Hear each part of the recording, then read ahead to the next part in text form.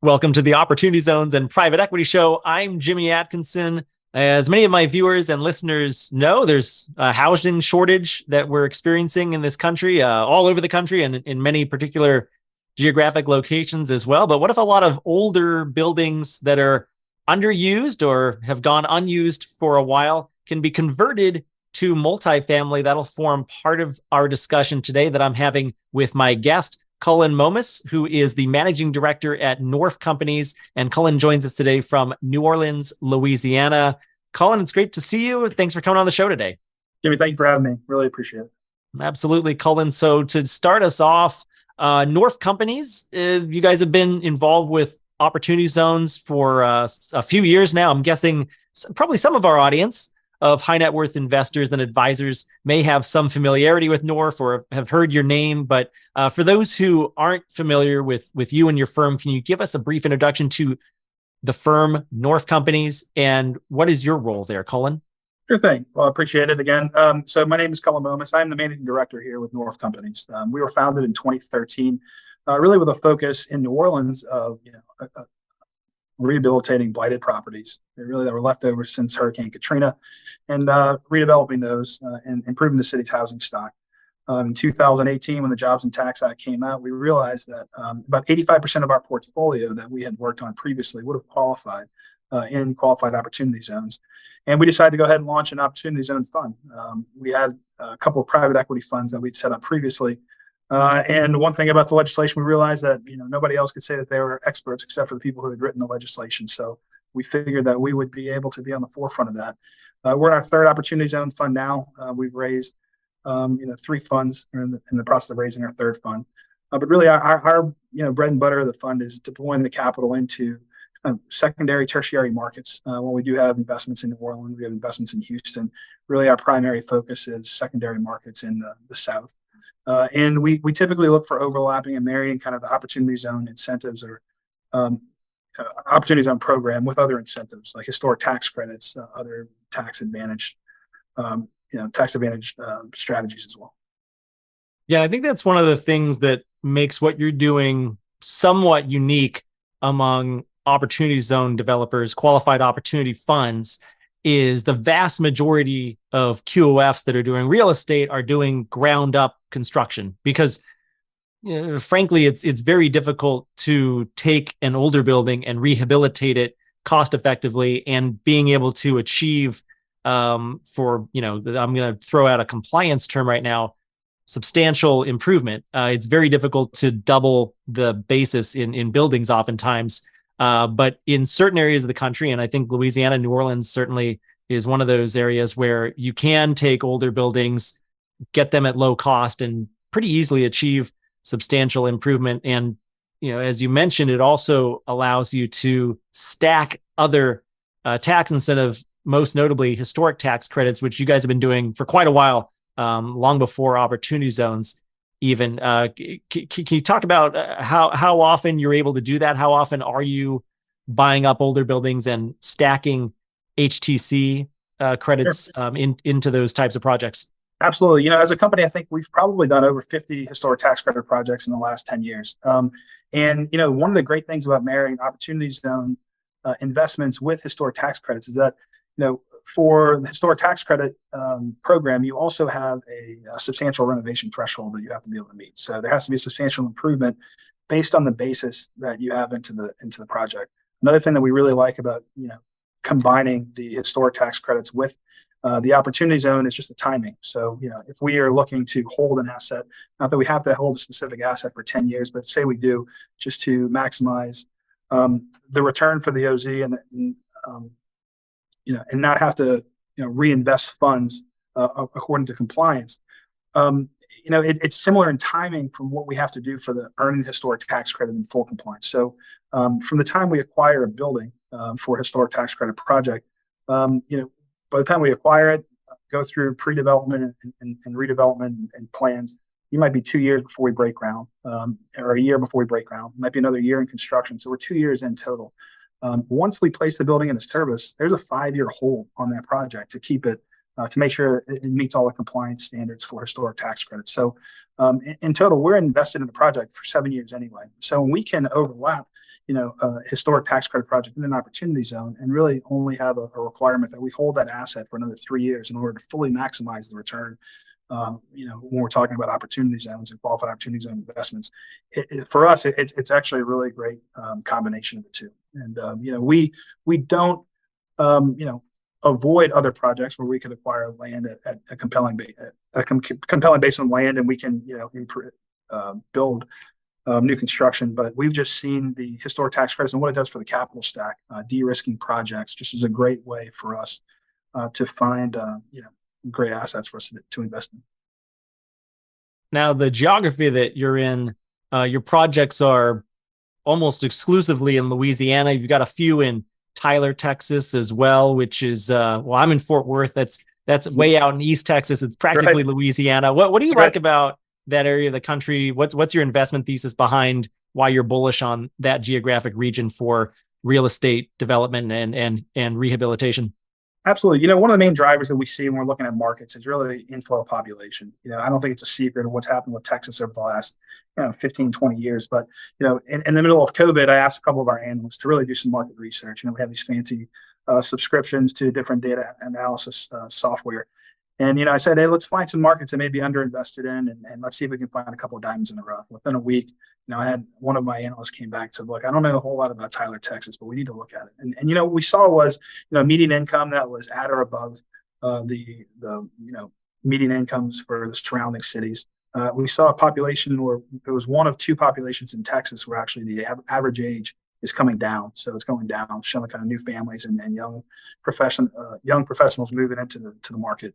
And also it had a projected increase in population that was just staggering. And we started doing some research, and it turned out there was a new medical school going into the city. And then as we started having kind of more conversations and on a subjective feedback, it just became apparent that it was a market that we really wanted to be in. We started, really digging in. We saw that the opportunity zone was really over most of the city, and that the downtown of Tyler, which had a number of really beautiful historic buildings that were just underinvested, underutilized, and some of them were abandoned. That downtown was actually going to be being placed into a historic district, a federal historic district, within the next year.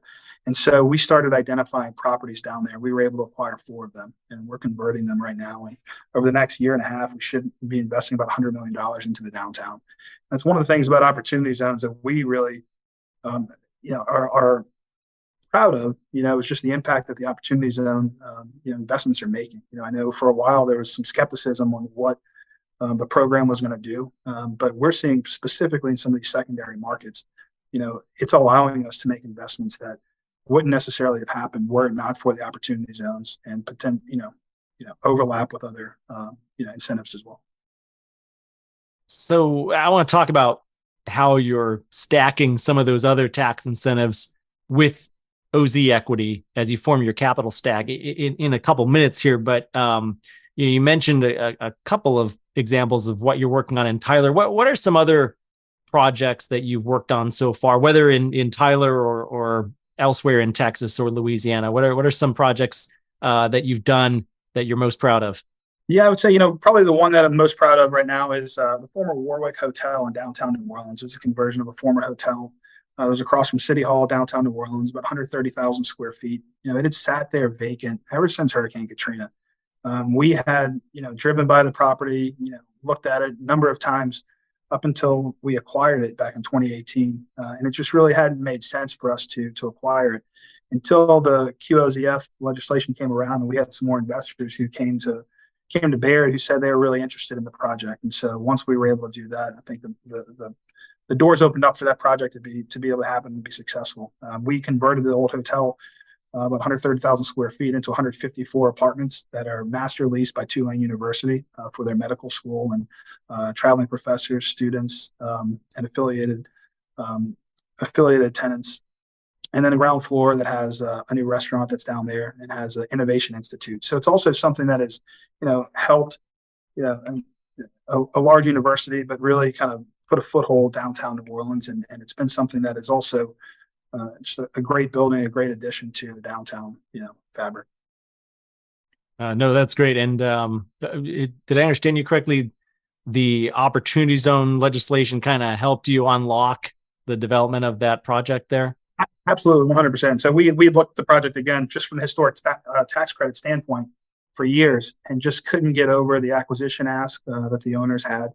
And once the opportunity zone investors realized that this wasn't an opportunity zone, I think people were a little bit more interested and compelled to actually come and invest in the project. And it didn't take long for us to identify investors who wanted to partner on this, and we were able to make it happen.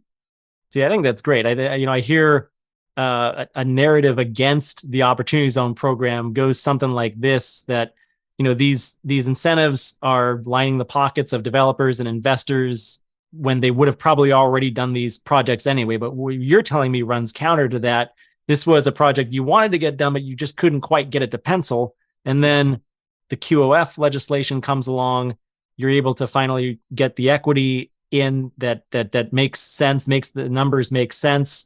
And as a result, you've increased the number of housing units where, as I mentioned in the intro, we're desperately in need of more housing in this country. So I think that's a great example of OZs living up to their promise and doing the good that they were meant to do.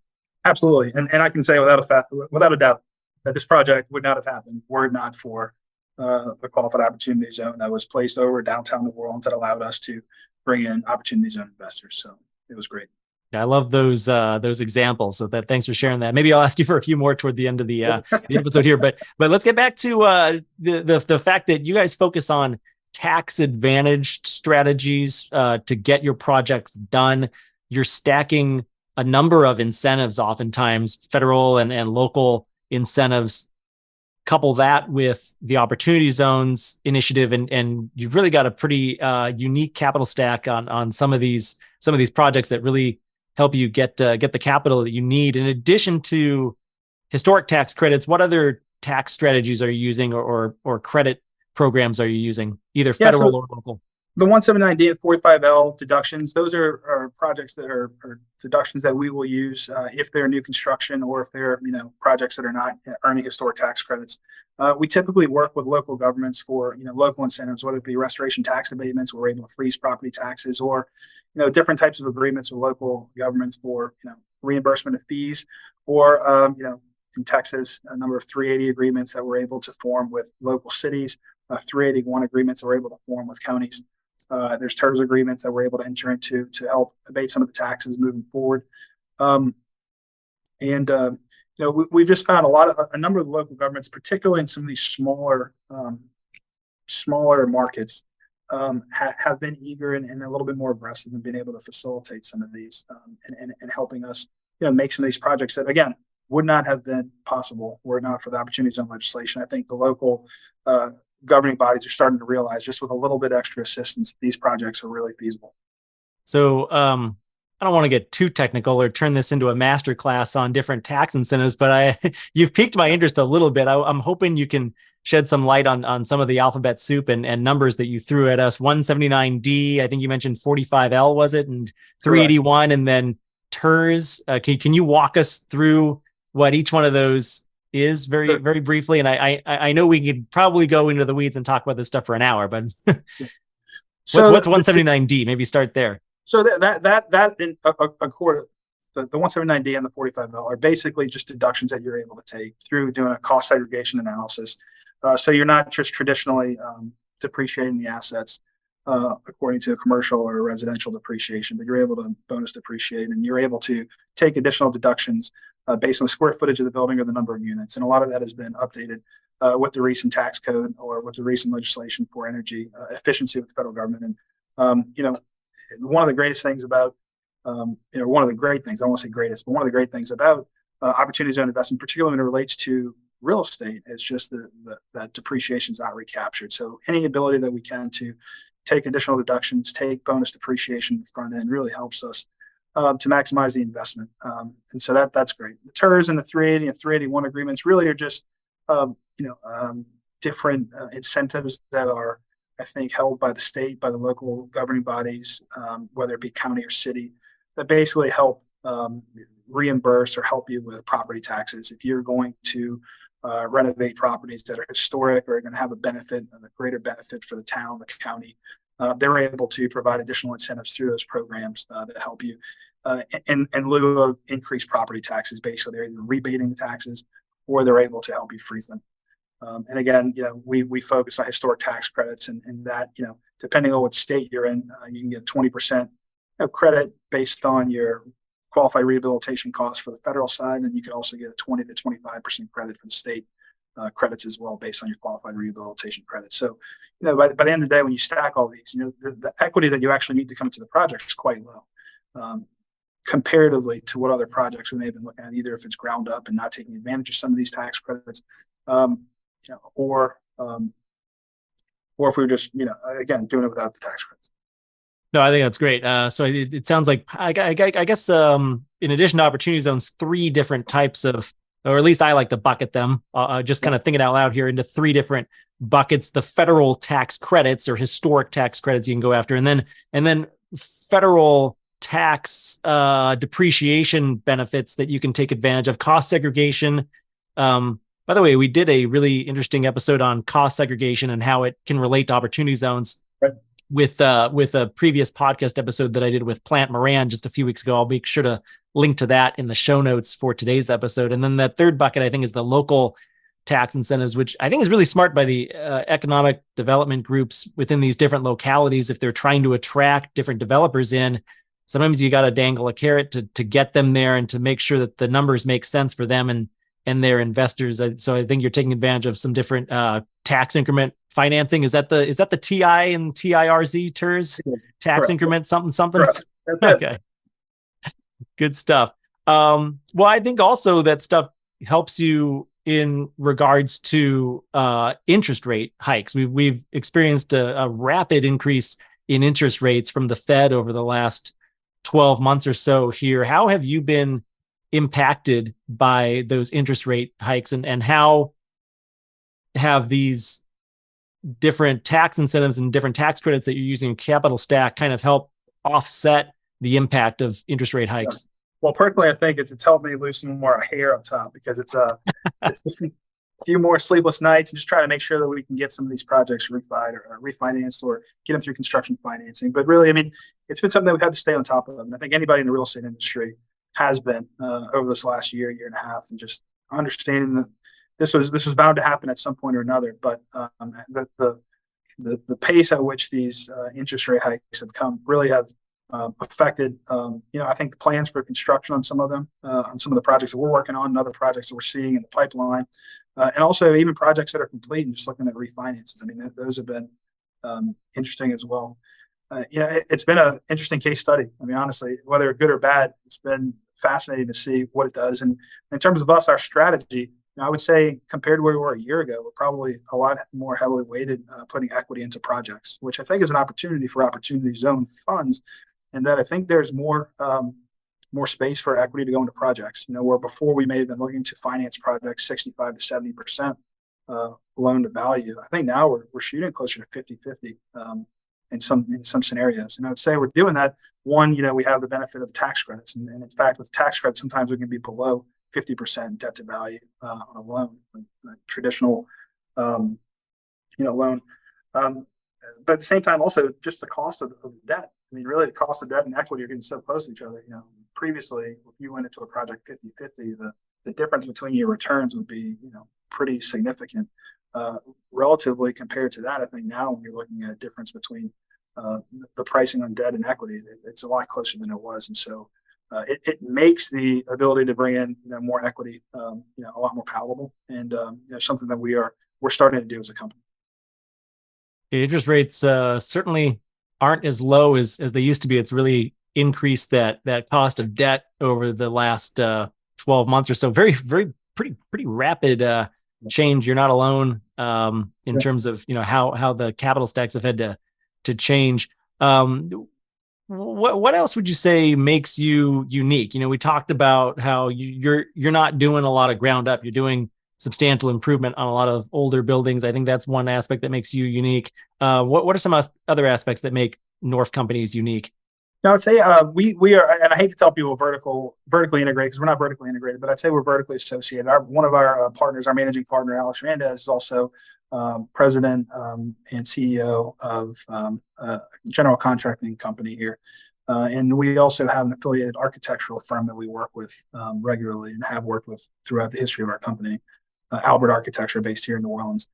Um, you know, when you're dealing with these type of, the timing constraints on, investors placing capital in opportunity zones, additionally, timing constraints of opportunity zones placing capital into projects, timing is important. And for us, with our affiliation with these companies, we're able to vet projects relatively quickly. We're able to do a lot of the tax credit work in-house. We're able to get our cost estimates done quickly in-house, and we're able to get kind of schematics and design drawings done. Typically, these are able to be done during our due diligence phase, so that we are able to, give ourselves a go, no-go relatively quickly, as opposed to maybe some other groups that, maybe outsourcing some of these and maybe be a little bit more constrained by others' schedules. We're able to kind of rush these things through if we need to. And it's created, I think, a process for us that we trust, we believe in, and it's brought us some projects we really like. Right on. I think it seems obvious to me what attracted you to the Opportunity Zones program. You were already building or rehabilitating a lot of these buildings in these areas for probably several years before OZs came into existence, when the Tax Cuts and Jobs Act was passed at the end of 2017. You mentioned that one example of what you did in downtown New Orleans with the Warwick Hotel, being able to convert that into multifamily housing, which would not have been possible but for the Opportunity Zone tax incentive. I'm hoping you can share a few more stories. Do you have any other examples of how the Opportunity Zone incentive has helped you build in areas that you may not have otherwise, or has it helped you build more quickly or get projects done where otherwise you would not have been able to? Yeah, I would say definitely the program has incentivized us to expand probably regionally faster than we would have expanded previously. Once we, saw the impact that it had, the equity and the investors that were interested in placing capital into projects. And we saw the impact that, these overlapping of credits and kind of the synergies that were there between historic tax credits and Opportunity Zone program. We really went out regionally looking for opportunities. And so like we mentioned, we settled on, Tyler for our first, 3 projects or 4 projects we've gone outside of town with. We have one in downtown Houston right now that we're working on as well. And I could say, definitely we would not have been, moving as quickly regionally had it not been for that. I would also say different types of asset classes that we're looking at. I think that, we for a while had been doing some mixed use, multifamily, mixed use kind of retail, ground level commercial. We really believe in just the need for housing. I agree with you, what you were saying. It is definitely one of the larger needs, particularly in kind of our more urban areas. And whether it's a secondary, city, tertiary city, or kind of a primary city, we still see kind of the same needs that, quality, affordable housing, whether it be workforce housing, whether it be, market rate, it's still needed. And we feel like we've been able to identify assets and, through adaptive reuse, either turn those into apartments or take, old apartments and just renovate those, making sure that we're able to hit substantial improvement thresholds that are needed. Sure. I can imagine that OZs have helped you unlock a lot of projects that you weren't able to do. You were able to expand regionally a little bit faster. What about any challenges? Have there been any challenges that you faced with regards to utilizing the Opportunity Zone incentive for your projects? One challenge that we had was unexpected was, utilization of some of the deductions and tax credits, utilizing those that are beyond kind of the basis of an individual's investment in the Opportunity Zone fund. And we've been able to get around it through time when we generate tax liability. But, some of these tax credits are being generated even before some of our qualified Opportunity Zone investors are really realizing their basis of their investment, because they haven't naturally, realized that investment, the basis in the fund. And so that's been one challenge that we've worked through. I think another one has just been, for a period of time, finding projects was really tough. It seemed like if anything was in an Opportunity Zone hitting the market, it seemed like those projects were getting scooped up quickly, or the expectation on pricing, the pricing on them, just because they were an Opportunity Zone, maybe were inflated with a premium of cost 15, 20, 30%, to a point that really made those projects infeasible. But, as things have been, the market's changing a little bit. We're starting to see quite a few opportunities that are, coming back around, and we're excited. I think maybe tough market conditions maybe open up some opportunities across the board for us to really be able to deploy capital and develop some interesting projects. So North has been around for a while. You guys predate Opportunity Zones. You guys have been around for, I think, 10 plus years. I'm curious, who is your capital base? Who are your investors, and has that group changed as you've done more OZ deals at all? So I would say high net worth individuals. We have, had a few family offices invest with us as well, some institutional capital. And interestingly, there have been, a number of, call it doctor groups, physician groups who have been, acquired recently that we've had, the fortune of having them come into our funds as investors. And primarily through the retail channels. I mean, we've had, just traditional high net worth individuals coming through. Good stuff, Cullen. It's been great talking with you today. We're starting to run out of time. We really appreciate all of the Opportunity Zone knowledge and the historic tax credit knowledge that you've provided for us today. North doing some really great stuff. You guys have been around for a decade plus doing different real estate developments and real estate rehabilitation, I should say. Given all of that, where do you see the markets going today? Where do you see the opportunity in the market, or what are some of the most powerful trends that you see unfolding over the next few years in the broader real estate industry? Yeah, one thing that I can see on the immediate horizon, and something that we've been looking at, and actually a couple of projects we're working on now, is potentially the conversion of call it motels, old hotels, into maybe apartments. As we're looking at timing, spoke about timing, you're talking about cost of debt, cost of capital. We're seeing it beneficial to look at trying to get projects back into commerce quickly, that we're not holding construction loans for 12 to 14 months, things that we can acquire, maybe turn back around, meeting that substantial improvement threshold, call it in a 3 to 4 month process, maybe 6 month process, and be able to get these things turned around quickly, as opposed to having to go through a year of planning and then 12, 14 months of construction and then a full lease up period. I mean, we're thinking that we can get some of these products back online relatively quickly, and we think that'll help us with the velocity and being able to place capital that we have with us. And as we were speaking, I think some of these asset classes that we're looking at would probably be less capital intensive on the total project cost, so we can afford to go more heavily equity into the project, and hopefully the terms that we'd be able to realize on the back end, where we can refinance the projects, maybe they would be still favorable. But I think that's one that we're going to look at, projects that maybe need a little bit less of value add. I also think that I've seen some of the other podcasts, and you have different asset classes. We continue to be intrigued by industrial. We have a few warehouses that we look light industrial. I see some opportunity there. Whether it be small secondary, tertiary markets, or even primary cities, I think the local governing bodies and the business communities do need a lot of industrial development there. And so we've seen through some of the communications that we've had with just different bodies, that there are potential additional incentives for industrial development and some opportunities there. So we're looking for opportunities now, and potentially that'll be an area of growth for us moving forward. I agree. A lot of positive trends for the industrial asset class, certainly. Hey, Cullen, thanks so much again for sharing your insights today. Before I let you go, if anyone in our audience of high net worth investors or advisors want to learn more about you or your investment opportunities at North, where can they go to learn more, find out some more information? Sure thing. You can go to our website, norfcompanies.com, norfcompanies.com. There'll be a link. You can send us an email, and we're happy to respond quickly to any inquiries or any questions that people may have.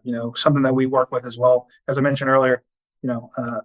We don't say that we're experts. We like to help. We like to extend help and helping hands, and so we frequently find ourselves, just helping just other investors, just kind of evaluate the Opportunity Zone program as well, because we really are a believer in the program, what it can do, and I think the proof is in the pudding in some of the projects that we have and others that we've seen happening around the country. So, absolutely, well said, Cullen. And I'll be sure to link to North in the show notes for today's episode, which my listeners and viewers can find, as always, on our website at opportunitydb.com/podcast. And please be sure to subscribe to us on YouTube or your favorite podcast listening platform to always get the latest episode. Cullen, again, it's been a pleasure. Thank you so much for joining me today. Thank you, Jimmy. I really appreciate your time.